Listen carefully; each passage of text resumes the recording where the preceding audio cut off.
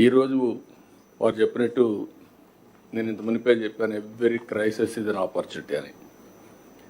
వచ్చిన 6 నెలల నుంచి ఎక్కడికక్కడ ఏ విధంగా పోవాలనో అటు డిప్యూటీ సీఎం కానీ, నేను కానీ, మంత్రులు కానీ అందరం వర్కౌట్ చేస్తున్నాం.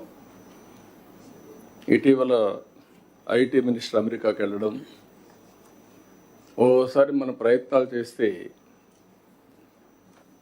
ఇమ్మీడియట్గా ఫలితాలు రావు. చాలామంది ఫలితం వస్తేనే నేను మాట్లాడతాను అనే పరిస్థితిలో ఉంటాం. అది విశ్వసనీయత కాదు. ఎప్పుడు కూడా విశ్వసనీయత రావాలంటే నెట్వర్కింగ్, ఫ్యూచర్ని విజువలైజ్ చేయడం, దాని ప్రకారం పనిచేస్తూ ఉంటే వస్తుంది.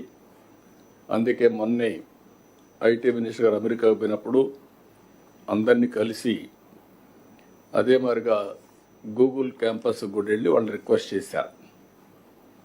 దాని ఫలితం ఈరోజు గూగుల్ కంపెనీ విశాఖపట్నానికి రావడానికి మీకంటే ముందే ఒక ఎంఓయూ చేసి ఇక్కడికి వచ్చాం. దానికే లేట్ అయింది.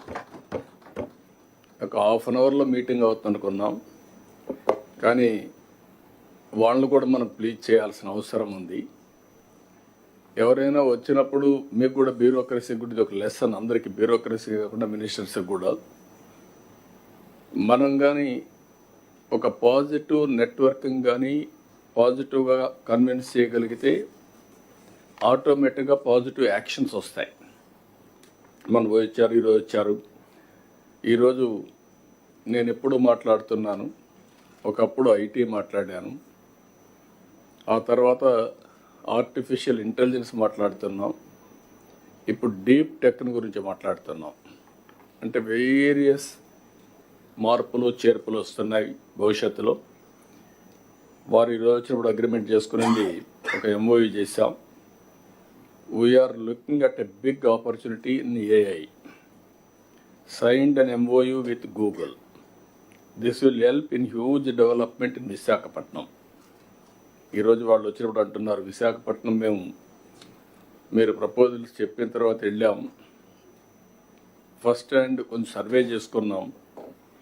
మా లెక్క ప్రకారం one of the best city, we're totally impressed అనే పరిస్థితికి వచ్చారు. ఇప్పుడు బిగ్ ఫర్మ్స్ లైక్ గూగుల్ కానీ ఇక్కడికి వస్తే, విశాఖపట్నానికి వస్తే స్ట్రాటజిక్ ఇన్వెస్ట్మెంట్లో that is a game changer. ఎందుకు నేను ఈ మాట వాడుతున్నానంటే, డేటా సెంటర్ రాగలిగి అదే మరి artificial intelligence, machine learning, deep tech ఇవన్నీ కానీ ఉపయోగించగలిగితే ఇది గ్లోబల్కే, ప్రపంచానికి ఒక సర్వీస్ హబ్ కింద తయారవుతుంది. డేటా సెంటర్ వచ్చి, ఆర్టిఫిషియల్ ఇంటెలిజెన్స్ వచ్చి, అదే సమయంలో సీ కేబుల్ ఇవన్నీ కనెక్ట్ చేస్తే ప్రపంచానికి అనుసంధానం చేసే పరిస్థితి వస్తుంది. ఏఐకే ఇది ఒక స్ట్రాటజిక్ లొకేషన్ అవుతుంది. నేను ఇటీవల కాలంలో మీ అందరితో మాట్లాడుతున్నాను, మళ్ళీ కూడా ఈరోజు కూడా అంటున్నాను, మీరు ఎంత హార్డ్ వర్క్ చేశారనేది ముఖ్యం కాదు, ఎంత స్మార్ట్ వర్క్ చేశారనేది ముఖ్యం. మనకు అవుట్కమ్స్ రావాలి. మనం కష్టపడి పనిచేస్తున్న ఫలితాలు లేకపోతే దానివల్ల ఏది రాదు. అందుకే నేను కూడా రాష్ట్రాన్ని ఒక నాలెడ్జ్ సొసైటీగా తయారు చేయాలని.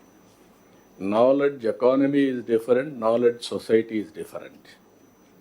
రేపు రాబోయే రోజుల్లో ప్రజలు కూడా హార్డ్ వర్క్ చేయడం కాకుండా స్మార్ట్ వర్క్ చేసే పరిస్థితి రావాలనుకుంటున్నాం.